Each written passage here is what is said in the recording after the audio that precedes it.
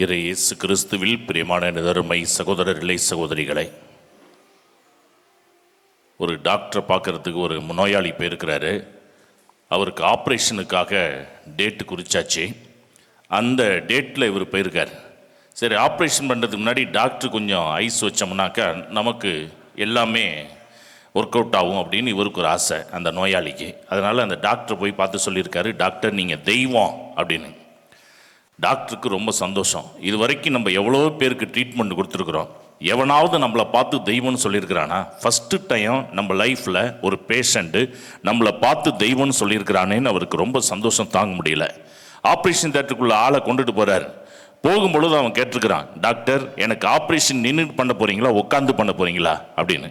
அவர் சொல்லியிருக்காரு, இது என்னப்பா கேள்வி, எல்லாருக்கும் நின்றுக்கிட்டு தானே ஆப்ரேஷன் பண்ணுவேன், உனக்கு நின்றுக்கிட்டு தான் பண்ண போகிறேன். டாக்டர் எனக்கு ஆப்ரேஷன் பண்ணுறப்ப தயவு செய்து உட்காந்து பண்ணுங்க டாக்டர் அப்படின்னு இருக்கான். ஏன்பா? ஏன்னா உங்களை தெய்வம் வேற சொல்லிட்டேன். ஒரு பழமொழி இருக்கு, தெய்வம் நின்று கொள்ளும் அப்படின்னு ஒரு பழமொழி இருக்கு. நீ நின்றுக்கிட்டே என் சோழியை முடிச்சுட்டு போயிட்டா நான் என்ன பண்ணுறது? Please sit down. உள்ளே கொண்டுட்டு போனாக்கா ஆள் உயரத்துக்கு பெரிய ஒரு மாலையை மாட்டி வச்சிருந்துருக்கிறார். அப்போ இவனுக்கு இன்னும் பயமாயிடுச்சு. என்ன டாக்டர், ஆப்ரேஷன் தேட்டருக்குள்ளார இன்ஸ்ட்ருமெண்ட்ஸ்லாம் இருக்கும் ஆப்ரேஷன் பண்ணுறதுக்கு, இவ்வளோ பெரிய ஆள் உயரத்துக்கு மாலை மாட்டி வச்சுருக்கீங்களே ஏன்? அவர் சொல்லியிருக்காரு, ஆப்ரேஷன் சக்ஸஸ் ஆயிடுச்சுன்னா அதை என் கழுத்தில் போடுவாங்க, ஃபெயிலியர் ஆயிடுச்சுன்னா உன் கழுத்தில் போடுவாங்க. இவனுக்கு இன்னும் ஷாக் ஆயிடுச்சு. டாக்டர் எவ்வளவு ஃபீஸ் டாக்டர்? 5001 ரூபா. அது என்ன டாக்டர் மொய் எழுதுகிற கணக்கில் சொல்கிறீங்க? ஒன்று 5000 ரூபா சொல்லுங்கள், இல்லை 5500 சொல்லுங்கள். அது என்ன 5001? 5000 ரூபா எனக்கு, உனக்கு நெத்தியில் ஒட்டுறதுக்கு 1 ரூபான்னு இருக்கார். எந்திரிச்சு ஓட ஆரம்பிச்சிட்டான். பிரியமானவர்களே, இன்று ஒரு சில பேர் பேசுகிற வார்த்தை மற்றவங்களுக்கு கலக்கத்தை ஏற்படுத்தும், ஒரு சில பேருக்கு கண்ணீரை வரவழைக்கும். இந்த நாளிலே நம்ம சிந்திக்க போகின்ற கருத்து என்னவென்றால், ஆன்மீக வாழ்க்கையில் இறை வார்த்தை அப்படிங்கிற தலைப்பில் இந்த நாளில் ஆண்டவர் கொடுக்கிற செய்திக்குள் நாம் கடந்து செல்ல இருக்கின்றோம். பிரியமானவர்களே, அதுக்கு முன்னாடி மனிதர்களாகிய நம்ம பேசுகிற வார்த்தைக்கும் ஆண்டவருடைய வார்த்தைக்கும் என்ன ஒரு தொடர்பு இருக்குது, அந்த வார்த்தை எப்படிப்பட்டது, நம்ம பேசுகிற வார்த்தை எப்படிப்பட்டது அப்படிங்கிறத பல நிகழ்வுகளின் வாயிலாக உங்களுக்கு சுட்டி காண்பிக்க விழைகின்றேன். இப்போ நம்ம உடம்புல 24 மணி நேரமும் தண்ணியிலே இருக்கக்கூடிய ஒரு உறுப்பு இருக்கு. எது எது?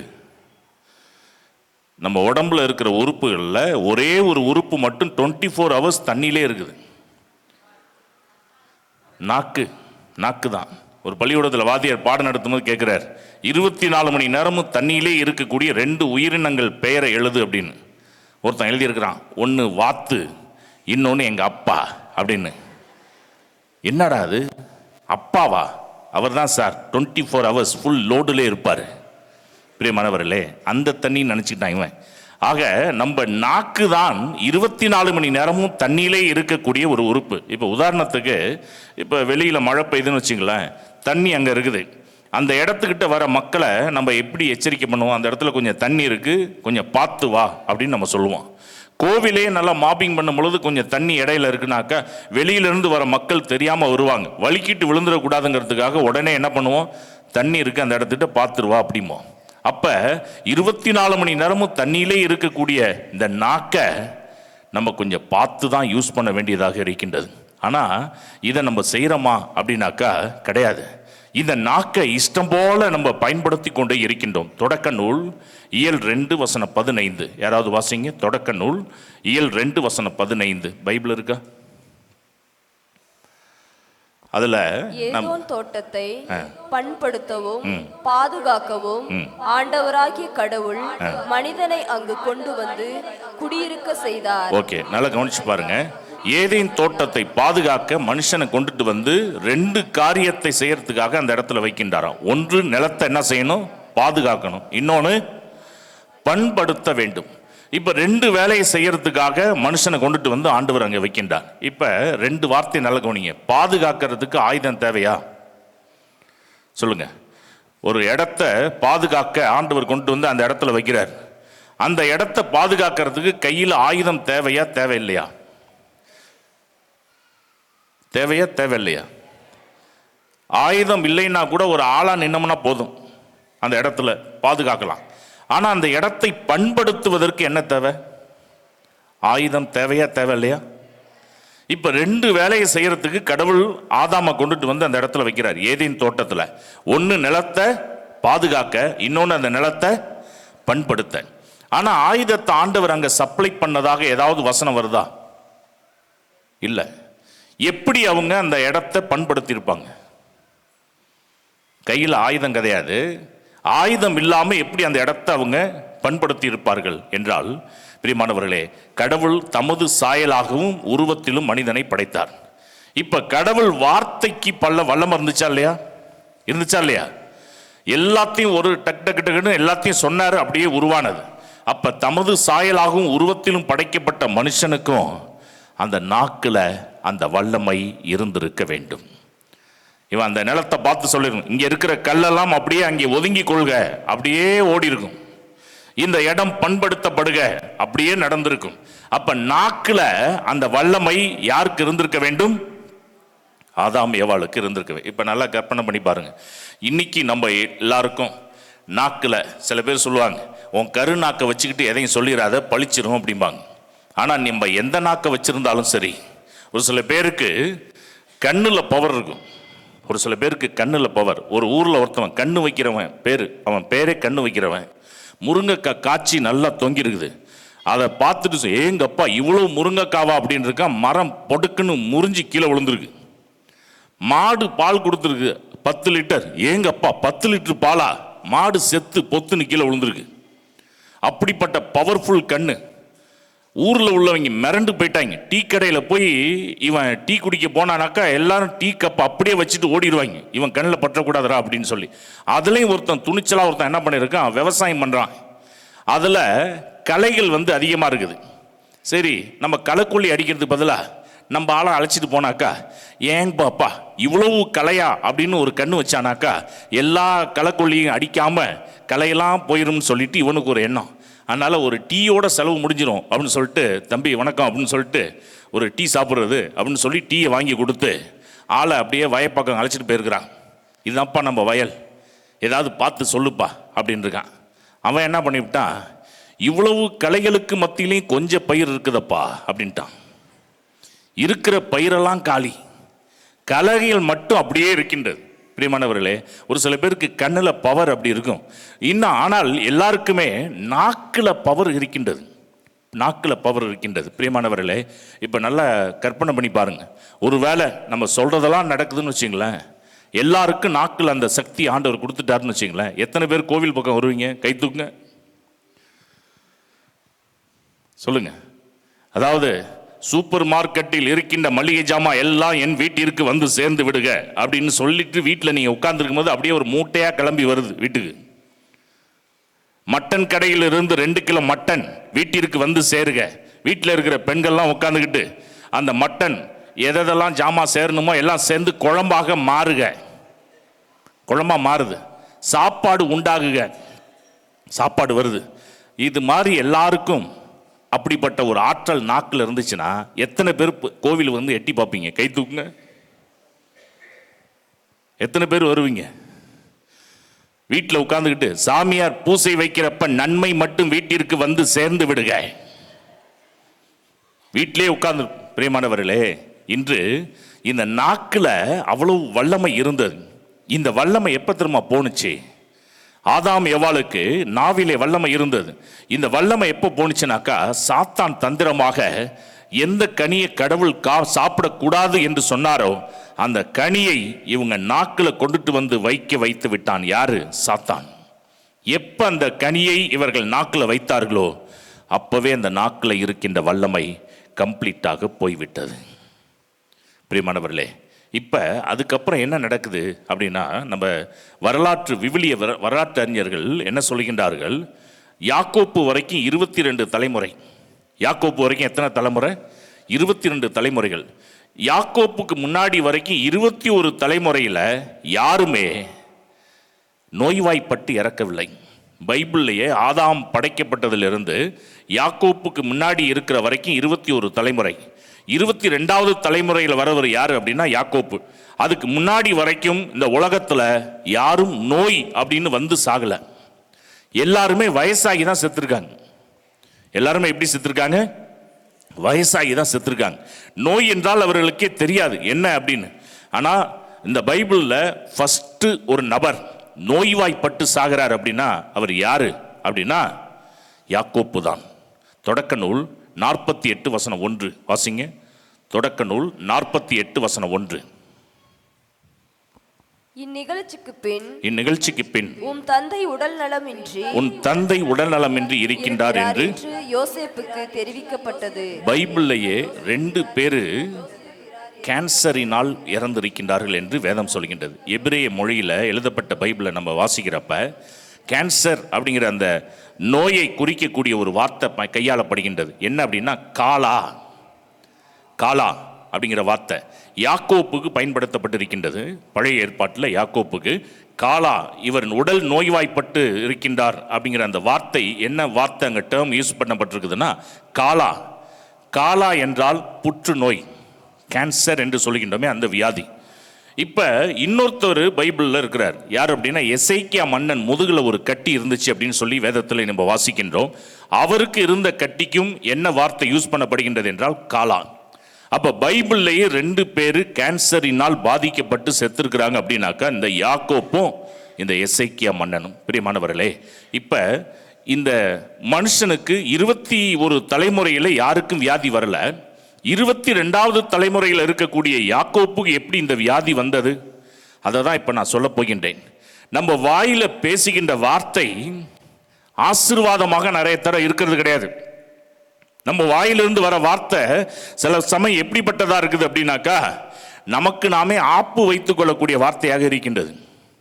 இப்போ பசங்க படிக்கிறாங்க, ரேங்க் கார்டு கொண்டுட்டு வராங்க. பெற்றோர்களாகிய நீங்களே என்ன செய்கிறீங்க? நீங்களாம் படித்து மார்க்கு குறைஞ்சிருச்சுனாக்கா உடனே என்ன சொல்கிறீங்க? நீங்களாம் படித்து என்னத்தை கிழிக்க போகிற. யூஸ் பண்ணுறீங்களா இல்லையா? வார்த்தையை யூஸ் பண்ணுறோமா இல்லையா? சொல்லுங்கள். ஒரு பையன் ரேங்க் கார்டு அதில் பார்த்தா 50வது ரேங்கு. வீட்டில் போய் சிக்னேச்சர் வாங்கணும் அப்பா கிட்ட. படிக்காத பெற்றோர் இவன் யோசிச்சிருக்கிறான். 50வது ரேங்குன்னு சொன்னால் அப்பா தூக்கி போட்டு மிதிப்பார். அதனால் இவன் வீட்டுக்கு போகும் பொழுதே போய் கேட்டிருக்கான், எப்பா 1 பெருசா 50 பெருசா அப்படின்னு. அப்பா சொல்லியிருக்காது, 50 தான்டா பெருசு, நான் 50வது ரேங்குப்பா, வெரி குட், அடுத்த தடவை 60 70ன்னு ட்ரை பண்ணுறா. பிரியமானவர்களே, இப்போ நம்மளுடைய வாழ்க்கையில் சில காரியங்களை யோசிக்க வேண்டும். இப்போ இந்த யாக்கோப்புக்கு கேன்சர் என்ற வியாதி வந்தது என்று வரலாற்று அறிஞர்கள் சொல்கின்றார்கள். இந்த வியாதி வந்ததுக்கு என்ன காரணம் அப்படின்னா அவர் வாயிலிருந்து வந்த வார்த்தை தான் காரணம். அப்படி என்ன வார்த்தை அவர் யூஸ் பண்ணார்? பிரியமானவர்களே, தொடக்க நூல் 37:35. ஒரு மனிதன் வாயிலிருந்து பேசுகிற வார்த்தை எப்படி நமக்கு நாமே சூனியம் வச்சுக்கிறதுக்கு ஒப்பாக இருக்கின்றது அப்படிங்கிறதுக்கு ஒரு உதாரணம். தொடக்க நூல் 37:35. அதை வாசிக்கிறதுக்கு முன்னாடி என்ன நடந்துச்சுங்கிற சொல்கிறேன். யாக்கோப்புக்கு 12 பிள்ளைகள், அதில் ஒரு ஆள் யோசேப்பு. வெளியில் ஆடு மேய்க்க போகிறப்ப மற்றவங்க செய்கிற காரியங்கள் எல்லாம் அப்பா கிட்ட வந்து போட்டு கொடுக்கறது யார் அப்படின்னா யோசேப்பு. இது கூட பிறந்தவங்களுக்கு பிடிக்கல. என்னடா யோசேப்பு நம்ம கூட வந்தாலே நம்மளை போட்டு கொடுக்குறான், அப்பா கிட்ட திட்டு வாங்க வைக்கிறான், அதனால் யோசேப்பை காலி பண்ணணும்னு கூட பிறந்தவங்களே முடிவு பண்ணுறாங்க. சரி, சொந்த சகோதரனுடைய ரத்தம் அது நமக்கு பழியாக மாறிடக்கூடாதுன்னு சொல்லி கடைசியில் அவனை கொண்டுட்டு போய் வித்துடுறாங்க. வீட்டில் அப்பாவை நம்ப வைக்கிறதுக்கு ஒரு ட்ராமா பண்ணுறாங்க. அவன் ட்ரெஸ்ஸை கலட்டி அவனை விற்றுட்டு அவன் போட்டிருந்த ஒரு ட்ரெஸ்ஸை எடுத்து ஒரு ஆட்டோடைய விலங்குடைய ரத்தத்தை அதில் தோய்த்து அதை கொண்டுட்டு வந்து அப்பாட்ட காமிக்கிறாங்க. இந்த மாதிரி யோசேப்பை ஒரு விலங்கு அடித்து கொன்று விட்டது அப்படின்னு சொல்லி. இப்போ இதை கேட்டவுடன் அப்பா என்ன சொல்கிறார்? அவர் வாயிலிருந்து வர வார்த்தை கவனிங்க. இப்போ வாசிங்க. தொடக்க நூல் 37:35. அவர் புதல்வர் புதல்வியர் அனைவரும் அவருக்கு ஆறுதல் சொல்ல வந்தனர். அவரோ எந்த ஆறுதலான வார்த்தைகளுக்கும் செவி கொடாமல், நான் துயருற்று பாதாளத்தில் இறங்கி என் மகனிடம் செல்வேன் என்று. ஓகே, இவர் வாயிலிருந்து என்ன வார்த்தை வருது? நான் துயருற்று பாதாளத்தில் இறங்கி என் மகனிடம் செல்வேன். அதாவது இவர் வாயிலிருந்து சுருக்கமாக சொல்லணும்னா, நான் சாக போகிறேன், என் பையன் செத்தது மாதிரியே நான் சாக போகிறேன். இவர் வாயிலிருந்து இந்த வார்த்தை. சாக போகிறேன். பிரியமானவர்களே, நாமெல்லாம் எதற்கு பிறந்தவர்கள் என்றால், ஆண்டவர் நம்மை இந்த உலகத்தில் படைத்தது எதற்காக என்றால் வாழ்வதற்காக. ஆனால் நம்ம வாயிலிருந்து சில சமயம் வர வார்த்தை என்னவா இருக்கின்றது என்றால், சாக போகின்றேன். ஒரு கணவன் மனைவி 2 பேருக்குள்ள சண்டை அப்படியே சூடு பிடிக்குது. கிச்சன்லேருந்து அந்த அம்மா, பிரியமானவர்களே, ஒரு சில பிரச்சனைகள் வர்றதுக்கு காரணம் என்ன அப்படின்னா, மாறி மாறி பேசுறது தான் காரணம். ஒரு சாப்பிட்டுக்கிட்டு இருக்கும் பொழுது ஒரு முடி கிடக்குது சாப்பாட்டில், இது என்ன மனுஷன் சாப்பிடுவானா அந்த சாப்பாடை அப்படின்னு கத்துனாக்கா அந்த அம்மாவுக்கு மறுபடி வேகம் வருமா வராதா? ஒரு முடி கிடக்குது, ஆனால் சொல்ல வேண்டிய பக்குவத்தில் அந்த முடியை எடுத்துட்டு அப்படியே கூப்பிடுறாரு ஒய்ஃபை, இந்த முடி உன் தலையில் இருந்தாலும் அழகு, இந்த இலையில் இருந்தாலும் அழகு அப்படின்னாக்கா அந்த அம்மா அப்படியே மண்டையை சொரிஞ்சு, சாரிங்க, அடுத்த தடவை நான் பார்த்துக்கிறேங்க அப்படிம்பாங்க. பிரியமானவர், எல்லாம் நம்ம பேசுகிற வார்த்தையில் தாங்க இருக்குது. எல்லாம் நம்ம பேசுகிற வார்த்தையில் தான் இருக்கின்றது. இப்போ இவர் என்ன சொல்லியிருக்கிறார்? இப்போ கணவன் மனைவிக்குள்ளே சண்டை நடக்கிறப்ப நல்லா கவனிச்சு பாருங்க. அந்த கிச்சன்லேருந்து அந்த அம்மா சவுண்டு போடுவாங்க, இவர் நடு ஹாலில் உட்காந்துட்டு சவுண்டு போடுவார். இந்த 2 பேரும் மாற்றி மாற்றி சண்டை போட்டு ஒரு சண்டை ஒரு கிளைமேக்ஸு போகும். ஒரு வார்த்தை சொல்லுவாங்க, அது கணவன்கிட்டேருந்து வரலாம் அல்லது மனைவிட்டேருந்து வரலாம். அந்த வார்த்தை வந்துருச்சுன்னா அந்த சண்டை அப்படியே முடிஞ்சிடும். அது என்ன வார்த்தை சொல்லுங்க? உங்களுக்கெல்லாம் அனுபவம் இருக்குமே, சொல்லுங்க. சண்டை அப்படியே சூடு பிடிச்சி போகும், உச்சக்கட்டத்துக்கு போகும். கணவன் வாயிலிருந்தோ மனைவி வாயிலிருந்தோ ஒரு வார்த்தை வரும். அந்த வார்த்தை வந்துடுச்சுன்னா சண்டை அப்படியே முடிஞ்சிடும். அது என்ன வார்த்தை? அதெல்லாம் அங்கே வராதுங்க. உன் கூட வாழ்றதுக்கு பேசாம செத்து போயிடலாம் அப்படின்னு ஒரு வார்த்தை வரும் பாருங்க. அப்பா, சாத்தான் அது வரைக்கும் சாவுக்கு அதிபதி யாரு? சாத்தான்.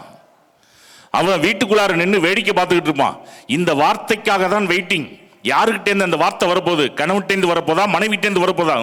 இன்னும் இன்னும் இன்னும் அப்படின்னு சொல்லிட்டு கணவன்கிட்டேருந்து மனைவிட்டேருந்து உன் கூட வாழ்றதுக்கு செத்து போயிடலான்னு அந்த வார்த்தை வந்துருச்சுன்னா, அப்பா நம்ம வந்த வேலை முடிஞ்சிருச்சுன்னு சொல்லி சாத்தான் கிளம்பி போயிட்டே இருப்பான். இப்போ அந்த வார்த்தை எப்படி வீட்டுக்குள்ளார வேலை செய்ய போதுங்கிறத இப்போ நான் உங்களுக்கு சொல்லுகின்றேன். பிரியமானவர்களே, இப்போ யாக்கோப்பு வாயிலிருந்து என்ன வார்த்தை வந்துச்சு? என் பையன் செத்தது மாதிரி நானும் பாதாளத்திற்கே போக போகின்றேன். Price the Lord. பிரியமானவர்களே, சரி, ஒரு தடவை சொல்லியிருந்தா பிரச்சனை இல்லை. இன்னொரு இடத்துலயும் அந்த வார்த்தையை யூஸ் பண்றாரு பாருங்க. தொடக்க நூல் 42:38 வாசிங்க. தொடக்க நூல் 42:38.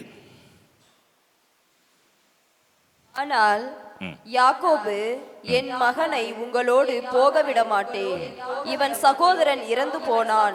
யோசேப்பு இறந்து போயிட்டான், இவன் ஒருவனே எஞ்சி இருக்கிறான். அதான் அந்த பென்யமீன் எஞ்சி இருக்கிறான். நீங்கள் போகும் வழியில் இவனுக்கு ஏதாவது ஆபத்து நேரிட்டால் நரைத்த முடியுள்ள என்னை துயருக்குள்ளாகி பாதாளத்திற்குள் இறங்க செய்வீர்கள் என்றார். இந்த மனுஷனுக்கு அடிக்கடி என்ன வார்த்தை வருது? பாதாளத்துக்குள்ளார என்ன போக வைக்க போறீங்க, பாதாளத்துக்குள்ளார போக வைக்கிறீங்க.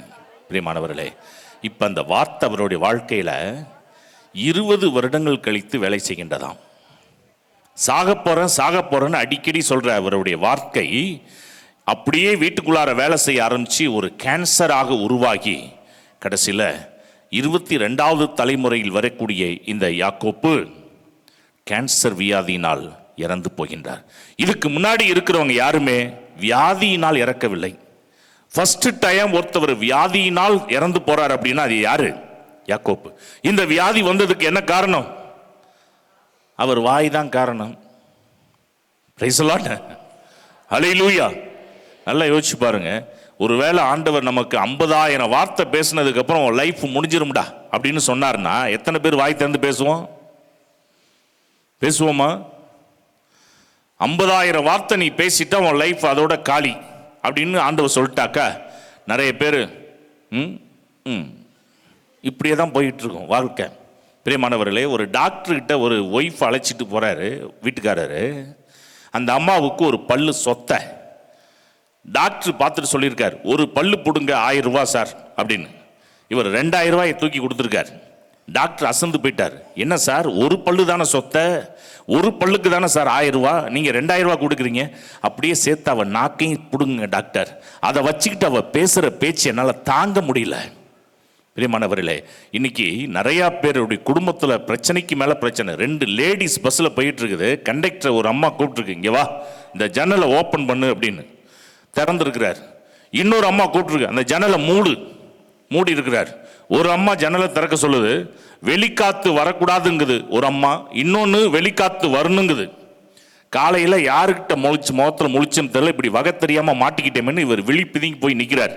அப்போ அந்த பின்னாடி பஸ்ஸில் ட்ராவல் பண்ண ஒருத்தர் கூப்பிட்டுருக்காரு, சார் இங்கே வாங்க, அந்த 2 லேடிஸ்குள்ளே என்ன சார் பிரச்சனை? ஒன்று ஜன்னலை மூட சொல்லுது, இன்னொன்று ஜன்னலை திறக்க சொல்லுது. ஒன்று திறந்தா செத்துருவாங்குது, இன்னொன்று மூடுனா செத்துருவாங்குது. நான் யார் சொல்கிறத கேட்குறதுனே தெரியல சார். அப்போ அவர் ஒரு ஐடியா சொல்லியிருக்கார், சார் ஃபஸ்ட்டு ஒரு 5 நிமிஷம் ஜன்னலை திறந்து வைங்க. திறந்து வச்சா ஒன்று செத்துருவேன்னு சொன்னிச்சுல, அது பிரச்சனை சால்வ் ஆயிரும். அதுக்கப்புறம் ஒரு 5 நிமிஷம் ஜன்னலை மூடி வைங்க. மூடி வச்சா ஒன்று மூச்சடிச்சு செத்துருவேன்னு சொன்னிச்சுல, அதனுடைய பிரச்சனை சால்வ் ஆயிரும். டோட்டலாக உங்களுக்கு பிரச்சனை இருக்காது சார். ஆமாம், இவ்வளோ தூரம் சொல்கிறீங்களே, நீங்கள் யார் சார்? அந்த 2ஐயும் கல்யாணம் பண்ணிக்கிட்டதே நான் தான் சார். பிரியமானவர்களே, இன்னைக்கு குடும்பத்தில் பிரச்சனை, வீட்டில் பிரச்சனை, எங்கு பார்த்தாலும் பிரச்சனைகளுக்கு மேலே பிரச்சனை. பிரியமானவர்களே, இப்போ நம்ம பேசுகிற வார்த்தை எப்படி வேலை செய்யுது? எப்படி வேலை செய்ய முடியும்? நான் ஆசீர்வாதம் இல்லாத வார்த்தையை பேசுகிறேன் அப்படின்னாக்கா அந்த வார்த்தை எப்படி என் வீட்டுக்குள்ளார வேலை செய்யும்? அதற்கு ஒரு உதாரணத்தை நான் சொல்லுகின்றேன். அதை வைத்தே நம்ம தெரிஞ்சுக்கலாம் எப்படி அந்த வார்த்தையெல்லாம் நம்ம வீட்டில் வேலை செய்யுங்கிறத. தொடக்க நூல் 1:11. தொடக்க நூல் 1:11. அதில் நம்ம பார்க்கின்றோம், தொடக்கத்தில் ஆண்டவர் என்ன படைக்கின்றார்? வார்த்தையிலே எல்லாத்தையும் படைக்கின்றார். வாசிங்க. அப்பொழுது கடவுள் புற்பூண்டுகளையும் விதை தரும் செடிகளையும் கனி தரும் பல மரங்களையும் அந்தந்த இனத்தின்படியே நிலம் விளைவிக்கட்டும் என்றார். அது அவ்வாறே ஆயிற்று. இப்ப இவர் என்ன சொன்னாரு? வார்த்தை தானே பயன்படுத்தினாரு. அதாவது மரத்தை உருவாக்குறதுக்கும் செடிகளை உருவாக்குவதற்கும் அந்தந்த இனத்தின்படியே உருவாக்கப்படட்டும், விளைவிக்கட்டும் அப்படின்னார். அப்படியே உண்டானது. சரி, இப்போ இது அப்படியே எல்லாத்தையும் ஆண்டவர் வார்த்தையில் படைச்சிட்டார். நோவாவுடைய காலகட்டத்துக்கு வருவோம். பெரிய வெள்ளப்பெருக்கு ஒட்டுமொத்த எல்லாத்தையும் அழித்து போட்டு விட்டது. இப்போ ஆண்டவர் வார்த்தையில் மரம் செடி எல்லாத்தையும் வளர வைத்து விட்டார். இப்போ நோவாவுடைய காலத்தில் பெரிய வெள்ளப்பெருக்கு எல்லாத்தையும் அழித்து போட்டு விட்டது. அப்போ ஆண்டவர் ஐயோ நம்ம வார்த்தையில் படைச்சது எல்லாமே போயிடுச்சே அப்படின்னு மீண்டும் அந்த இடத்துல நின்று மரம் செடி உண்டாகுக அப்படின்னு வார்த்தையை யூஸ் பண்ணாரா? யூஸ் பண்ணல. ஏற்கனவே சொன்ன அந்த வார்த்தை இப்போ இடையிலே அழிந்து போனாலும் அதில் இருக்கிற வல்லமையினால் மீண்டும் இந்த செடிகள் எல்லாம் முளைக்க ஆரம்பித்திருக்கின்றது. கரங்களை தட்டி ஆண்டவருக்கு நன்றி சொல்லுவோம். Praise the lord. ஹல்லேலூயா. அப்ப ஆசீர்வாதமான வார்த்தைக்கு அவ்வளவு வல்லமை இருக்கிறப்ப, ஆசீர்வாதம் இல்லாத வார்த்தைகளை நம்ம இஷ்டத்துக்கு நம்ம வாயில பேசுறப்ப அந்த வார்த்தை நம்ம வீட்டில் வேலை செய்யுமா செய்யாதா? செய்யுமா செய்யாதா? நான் சாக போறேன்னு கோபத்தில் சொல்லலாம், ஆனால் அந்த வார்த்தை வீட்டில் ஒரு பெரிய நோயை கொண்டு வருவதற்கு வாய்ப்பு இருக்கின்றது. இருக்குதா இல்லையா? இப்போ நம்ம யோசிக்கலாம், ஃபாதர் அப்படின்னாக்கா வண்டியாக நான் என் வீட்டில் வார்த்தையில் பேசி வச்சிருக்கிறேனே ஃபாதர், இதெல்லாம் வேலை செய்ய ஆரம்பிச்சா நான் எங்கே போய் நிற்கிறது? கேள்வி வருதா வரலையா? வீட்டில் இதுவரைக்கும் ஆசீர்வாதம் இல்லாத வார்த்தைகளை நான் பேசியிருக்கிறேன் ஃபாதர், இந்த வார்த்தையெல்லாம் என் வீட்டில் வேலை செய்ய ஆரம்பிச்சாக்கா நான் எங்கே போய் நிற்கிறது? பிரியமானவர்களே, அதற்கு ஒரே ஒரு வழி இருக்கின்றது. என்ன வழி அப்படின்னாக்கா, பிரியமானவர்களே, இந்த இறை வார்த்தை. வண்டியாக நீங்கள் ஆசீர்வாதம் இல்லாத வார்த்தையை பேசி வச்சிருந்தா கூட அதெல்லாம் நீக்கி போட்டு ஆசீர்வாதமாக மாற்றக்கூடிய ஒரு வார்த்தை இருக்குது அப்படின்னாக்கா அது யாருடைய வார்த்தை? ஆண்டவருடைய வார்த்தை. திருத்துதர் பணி 19வது அதிகாரம் 20வது வசனத்தை வாசிங்க. திருத்துதர் பணி 19வது அதிகாரம் வசனம் 20.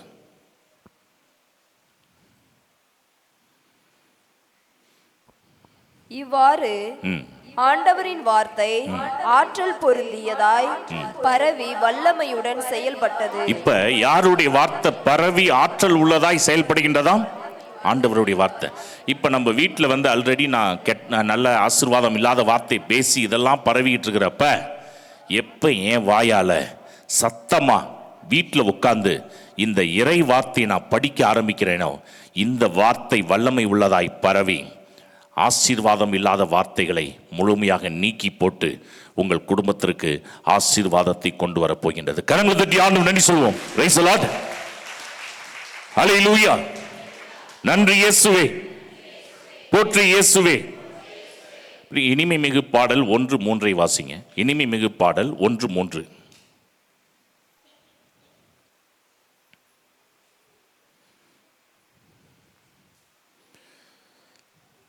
இப்போ உங்கள்கிட்ட ஒரு கேள்வி, திருமணத்துக்கு முன்னாடி காதலா, திருமணத்துக்கு அப்புறம் காதலா? காதல் என்பது திருமணத்துக்கு முன்னாடியா அப்புறமா? திருமணத்துக்கு முன்னாடி காதல் காதல் காதல், திருமணத்துக்கு அப்புறம் மோதல் மோதல் மோதல். திருமணத்துக்கு முன்னாடி ஒரே கலகலப்பு, திருமணத்துக்கு அப்புறம் ஒரே கைகலப்பு. திருமணத்துக்கு முன்னாடி அவளை பார்க்காம எனக்கு தூக்கமே வர மாட்டேதுங்கிறான், திருமணத்துக்கு அப்புறம் அவளை பார்த்தாலே எனக்கு தூக்கம் வர மாட்டேதுங்கிறான். ஒரு கணவன் மனைவி, அந்த மனைவி கேட்டிருக்காங்க, ஏங்க வீட்டுக்கார்ட்ட கேட்டிருக்காங்க, எல்லார் வீட்லேயும் பொண்ணு பார்க்கறதுக்கு தானே மாப்பிள்ளை வீட்டுக்காரங்க வராங்க, எங்கேயாவது ஒரு வீட்டில் மாப்பிள்ளை பார்க்கறதுக்கு பொண்ணு வீட்டுக்காரர் போயிருக்காங்களா? உங்கள் ஊரில் நடந்திருக்கு அது மாதிரி? சொல்லுங்க. பொண்ணு பார்க்கறதுக்கு மாப்பிள்ளை வீட்டுக்காரங்க போகிறாங்க. ஏதாவது ஒரு வீட்டில் அப்படியே மாற்றி நாங்கள் மாப்பிள்ளை பார்க்க வரோம் அப்படின்னு பொண்ணு வீட்டுக்காரங்க கிளம்பி மாப்பிள்ளை வீட்டுக்கு வந்திருக்காங்களா? அப்படி ஒரு சம்பவம் நடந்திருக்கா? உலகம் முழுக்க நடந்திருக்கா? எங்கேயுமே கிடையாது. எல்லா இடத்துலையுமே பொண்ணு பார்க்கறதுக்கு தான் மாப்பிள்ளை வீட்டுக்காரங்க வராங்க. அதை அந்த அம்மா கேட்டிருக்குது வீட்டுக்கார்ட்ட, ஏங்க இதை மாற்றக்கூடாதா? பொண்ணை பார்க்கறதுக்கு மாப்பிள்ளை வீட்டுக்காரங்க தான் வராங்க. அப்போ அவர் சொல்லியிருக்காரு, அடியே பெண்கள் கடவுளுக்கு சமப்படி. பலி கொடுக்க போகிற ஆடு என்னைக்கும் கடவுளை தேடி தான் வரணுமே ஒழிய அந்த ஆட்டை தேடி கடவுள் வரக்கூடாதுடி அப்படின்னு இருக்கார். பிரியமானவர்களே, இன்னைக்கு குடும்பத்தில் பல்வேறு விதமான பிரச்சனைகள் இருக்கலாம். ஆனால் திருமணத்துக்கு முன்னாடி காதல், திருமணத்துக்கு முன்னாடி தான் காதல். இனிமை மிகு பாடல் 1:3 வாசிங்க. உமது பரிமளத்தின் நறுமணம் இனிமையானது, உமது பெயரோ பரிமள மனத்தினும். இனிமை மிகு பாடல் 1:3. தம் வாயின் முத்தங்களால் தம் வாயின் முத்தங்களால் அவர் என்னை முத்தமிடுங்க. இந்த வார்த்தை நல்லா கவனிச்சு பாருங்க. இப்போ இந்த இனிமை மிகு பாடலை எழுதுனது யாரு? சாலமோன். இப்போ நம்ம நினைக்கிற மாதிரி காதல், அதாவது நம்ம பைபிளில் ஒரே ஒரு புஸ்தகத்தை எல்லாருமே ஒமிட் பண்ணுறது எது அப்படின்னாக்கா இனிமை மிகு பாடல் புஸ்தகம். காதல் அப்படிங்கிற வார்த்தையெல்லாம் அங்கே தான் வருது. அதனால் நிறைய பேர் அதை படிக்கிறதே கிடையாது. ஆனால் அது எழுதுனது யாரு? சாலமோன். ஆண்டவர் கொடுத்த ஞானத்தை வைத்து எழுதின புஸ்தகம் எது அப்படின்னா இனிமை மிகு பாடல் புஸ்தகம். நம்ம நினைக்கிற மாதிரி ஒரு காதல் புஸ்தகம் கிடையாது. ஆவிக்குரிய பல ரகசியங்களை மறைச்சி வச்சிருக்கிற ஒரு புஸ்தகம் எது அப்படின்னாக்கா இந்த இனிமை மிகு பாடல் புஸ்தகம். பிரியமானவர்களே, இதை நல்லா கவனிச்சு பாருங்க. இப்போ திருமணத்துக்கு முன்னாடி தான் காதல், திருமணத்துக்கு அப்புறம் என்னது? பாசம், அன்பு அப்படின்னு வேற வேற வார்த்தையில் சொல்லிடுறாங்க. இப்போ காதலன் காதலிக்கு எழுதுவதாக காதலன் பதில் சொல்வதைப் போல, காதலி தன்னுடைய உள்ளத்தில் இருக்கிறத சொல்வதைப் போல அமைந்திருக்கிற ஒரு புஸ்தகம் எது அப்படின்னா இனிமை மிகு பாடல் புஸ்தகம். இப்போ இயேசுவுக்கு நமக்கும் திருமணம் ஆயிடுச்சா இல்லை நிச்சயதார்த்தம் மட்டும் நடந்திருக்கா? சொல்லுங்க. இயேசுவுக்கும் எனக்கும், அதாவது இயேசு தான் மணவாளன், அப்படி தானே தெரியுமில்ல? இயேசு மணவாளன், நீங்களும் நானும் மணவாட்டிகள். அப்போ மணவாளன் இயேசுவுக்கும் மணவாட்டி ஆகிய நமக்கும் திருமணம் ஆகிவிட்டதா அப்படின்னு எத்தனை பேர் சொல்றீங்க? இயேசு மணவாளன் இயேசுவுக்கும் எனக்கும் திருமணம் ஆயிடுச்சு ஃபாதர் அப்படின்னு எத்தனை பேர் சொல்றீங்க? கை தூக்குங்க. வெட்கப்படாம கை தூக்குங்க. வீட்டுக்காரர் ஒன்றும் சொல்ல மாட்டார். இயேசுவுக்கும் எனக்கும் திருமணம் ஆயிடுச்சு அப்படின்னு எத்தனை பேர் சொல்றீங்க? கை தூக்குங்க. கை தூக்குங்க, நல்லா தூக்குங்க. ஓகே, கை தூக்குற நீங்களாம் இங்கே இருக்க வேண்டிய ஆள் இல்லை, அவரோட அங்கே இருக்க வேண்டிய ஆள். ஏன்னா கல்யாணம் ஆயிடுச்சுனாக்கா நீங்கள் மாப்பிள்ளை வீட்டிலலாம் இருக்கணும், இங்கே உட்கார்ந்துருக்கிறது எதுக்கு? Price the Lord. பிரியமானவர்களே, திருமணம் ஆகவில்லை. இயேசுவுக்கும் எனக்கும் என்ன நடந்திருக்குன்னா நிச்சயிக்கப்பட்ட ஒரு இன்னாருக்கு இன்னார், அவர் எனக்கு சொந்தம், எனக்கு அவர் சொந்தம். அதனால தான் இயேசு சொல்றார் 10 கன்னியர்கள் ஓமை. கல்யாணம் ஆகிட்டா எப்படி கன்னி பெண்ணா இருக்க முடியும்? அப்போ மணவாளன் வர காலம் தாழ்த்துறாரு. 10 கன்னியர்கள், 5 பேர்கிட்ட விளக்கு இருக்குது, எண்ணெய் இருக்குது, 5 பேர்கிட்ட விளக்கு மட்டும் தான் இருக்குது, எண்ணெய் இல்லை. அப்போ இந்த ஓமையெல்லாம் ஆண்டவர் சொல்றாருன்னா இன்னும் திருமணமாகவில்லை, நிச்சயதார்த்தம் மட்டும்தான் நடந்திருக்கும். அப்போ திருமணத்துக்கு முன்னாடி என்னது? காதல். இப்போ இந்த ஒரு ஆஸ்பெக்டில் இப்போ இந்த வசனத்தை படிச்சீங்கன்னா உங்களுக்கு தெளிவாக புரியும். தம் வாயின் முத்தங்களால் அவர் என்னை முத்தமிடுக. அந்த அவர் யாரு? மணவாளன் இயேசு. தம் வாயின் முத்தங்களால் அவர் மணவாளன் என்னை மணவாட்டி முத்தமிடுக. இது யார் டைலாக்கு? மணவாட்டி டைலாக்கா மணவாளன் டைலாக்கா? மணவாட்டியோட டைலாக். தம் வாயின் முத்தங்களால் அவர் என்னை முத்தமிடுக. இப்போ வாயிலிருந்து வரக்கூடியது என்ன அப்படின்னா முத்தம். இப்போ இயேசு கிறிஸ்து வாயிலிருந்து வந்த அந்த வார்த்தை தான் முத்தமாக இருக்கின்றது. கரங்கள் தட்டி ஆண்டவருக்கு நன்றி சொல்லுவோம். Praise the lord. ஹல்லேலூயா. அப்போ உங்க கையில இறை வார்த்தை இருக்கின்றது என்றால் ஆண்டவர் இயேசு கிறிஸ்து அவர் வாயிலிருந்து வந்த அந்த வார்த்தை தான் முத்தம். சரி, பதிலுக்கு நான் அவருக்கு முத்தம் கொடுக்கணும். எப்படி கொடுக்கணும்? ஏன் வாயால இந்த வார்த்தையை எப்ப நான் சத்தமாக வாசிக்கின்றேனோ நான் ஆண்டவருக்கே முத்தம் கொடுக்கக்கூடியவனாக மாறுகின்றேன். Price the lord. ஹல்லேலூயா.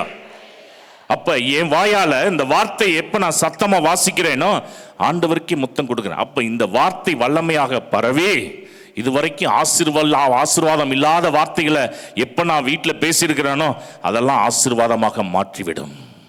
பிரியமானவர்களே, அதனால தான் வேதம் சொல்லுகின்றது. திருப்பாடல் 119, 103 பார்க்கின்றோம். உன் சொற்கள் என் நாவுக்கு எத்துணை இனிமையானவை. வழக்கமா ஒருத்தவங்க பேசுறாங்கன்னா அந்த வார்த்தை காதுக்கு இனிமை தான் கேள்விப்பட்டிருப்போம். ஆனா எங்கேயாவது உங்க சொற்கள் என் நாவுக்கு இனிமை அப்படின்னா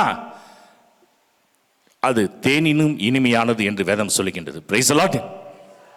பெங்களூர்ல 3 நாள் நற்செய்தி கூட்டம் நடத்த ஒரு இடத்திற்கு போயிருந்தேன்.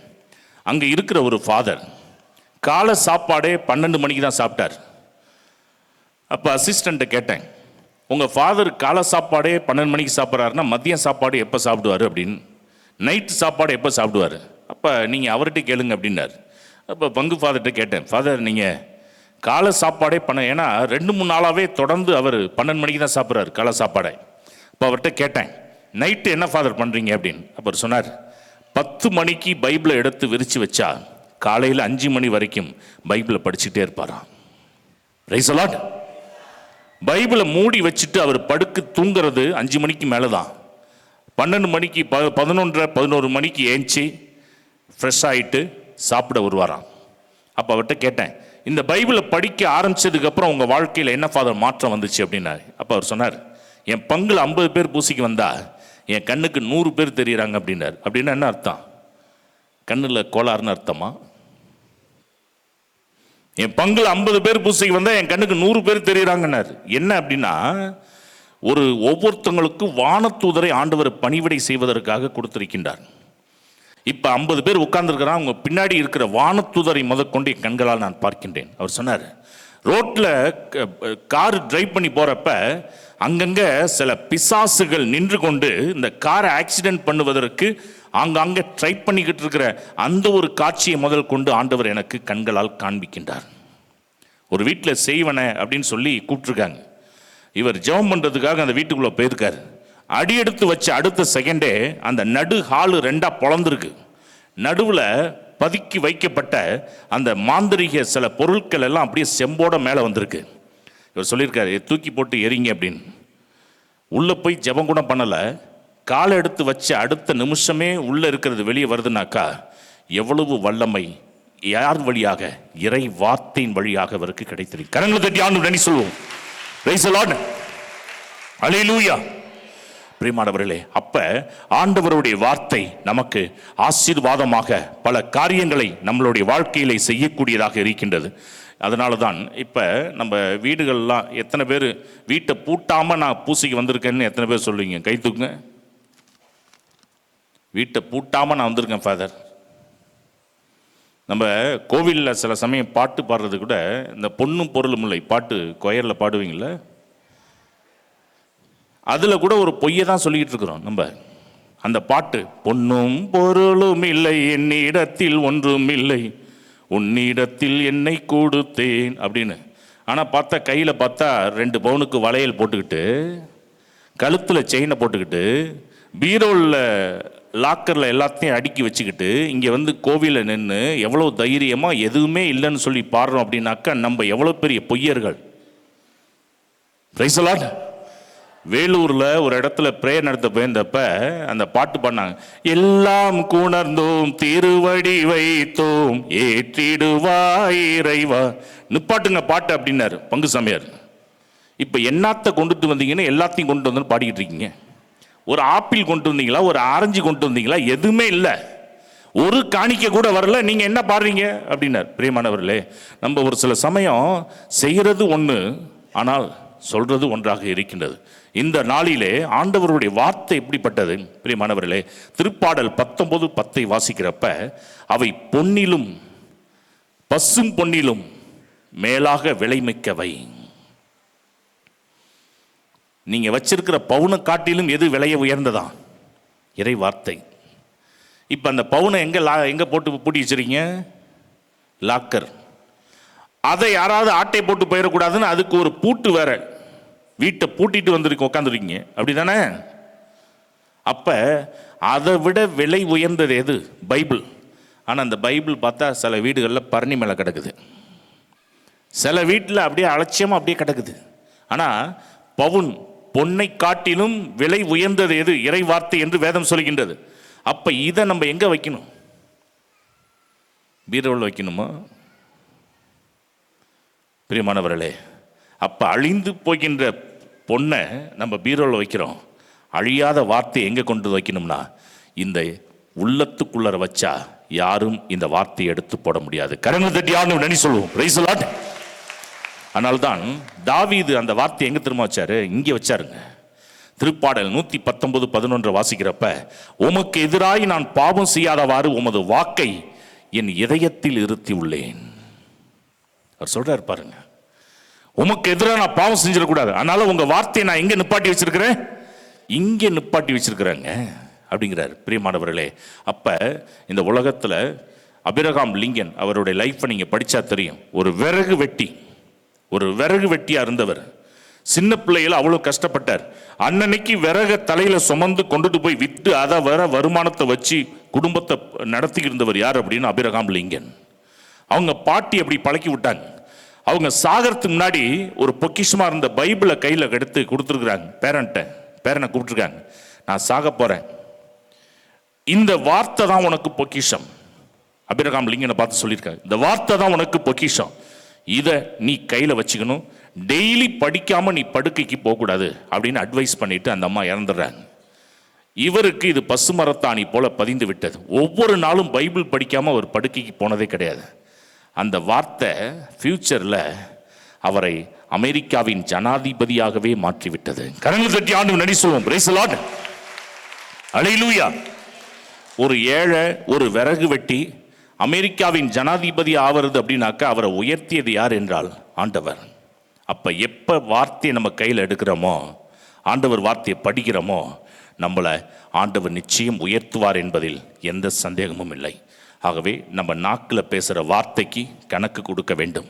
ஆகவே இந்த நாவு வாழ்வதும் நாவாலே சாவதும் நாவாலே.